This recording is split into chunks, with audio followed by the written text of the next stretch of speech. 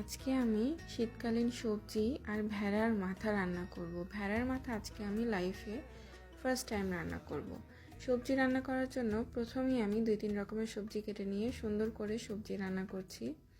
সবজি রান্না করতে করতে এই যে ভেড়ার মাথার মাংস আমি সুন্দর করে ধুয়ে রেখেছি।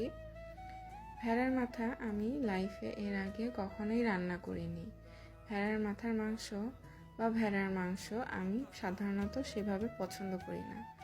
আমরা যেভাবে গরুর মাংসের মশলা কষিয়ে নিই ঠিক সেইভাবে পেঁয়াজ, মরিচ, হলুদের গুঁড়ো, লবণের গুঁড়ো, মরিচের গুঁড়ো দিয়ে কষিয়ে নিচ্ছি। শুকনো মশলাগুলো গরম মশলা দিয়ে দিয়েছি। তারপরে বাটা মশলা একটু পানি দিয়ে গুলে সেটিও দিয়ে কষিয়ে নিয়েছি।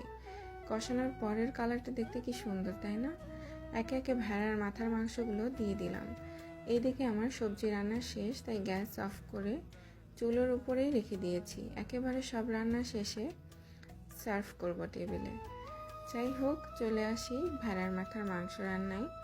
মাংস একে একে একটু একটু পানি দিয়ে 2-3 বার করে কষিয়ে নিয়েছি।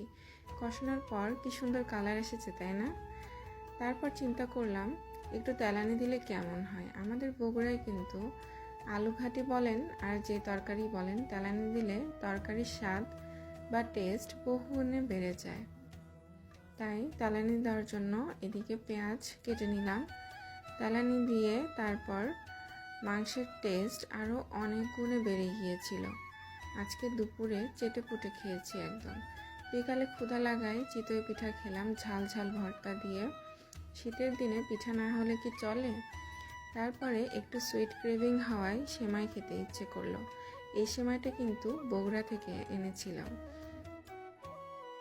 লাচ্ছা সেমাই রান্না করা খুবই ইজি। দুধ মশলা দিয়ে জাল দিয়ে তারপর সেমাইয়ে সুন্দর করে একটা পাত্রে ডেকোরেশন করে নিয়ে দুধ দিয়ে দিলে ব্যাস লাচ্ছা সেমাই হয়ে যায়। সেমাই খেলেই আমার কেন জানি ঈদের কথা খুব মনে হয় সেমাই ছাড়া ঈদ চলেই না। যাই হোক, তারপর খেয়ে দিয়ে একটু রেস্ট নিয়ে জলপাইয়ের আচার বানানোর প্রিপারেশনে চলে গেলাম। আজকের জলপাইয়ের আচারটা করছি একদম রুচির যে জলপাইয়ের আচারটা পাওয়া যায়, গোটা গোটা জলপাই থাকে তেলে ডুবোনো, ওই আচারটা আমার অনেক পছন্দের। ওই রেসিপিটাই কিছুটা ফলো করে আজকের রেসিপি আমি করছি। আপনারা একে একে দেখছেন আমি কিভাবে জলপাইয়ের আচারের জন্য মশলাগুলো দিচ্ছি। ঠিক এইভাবে মশলাগুলো কষিয়ে নিয়ে আস্তে আস্তে আমি আজকের জলপাইয়ের আচারটা বানাচ্ছি। সকল মশলা দেওয়ার পর জলপাইগুলো একে একে দিচ্ছি। জলপাই দেওয়ার সময় অবশ্যই সাবধানতা অবলম্বন করতে হবে যাতে তেল ছিটকে না আসে।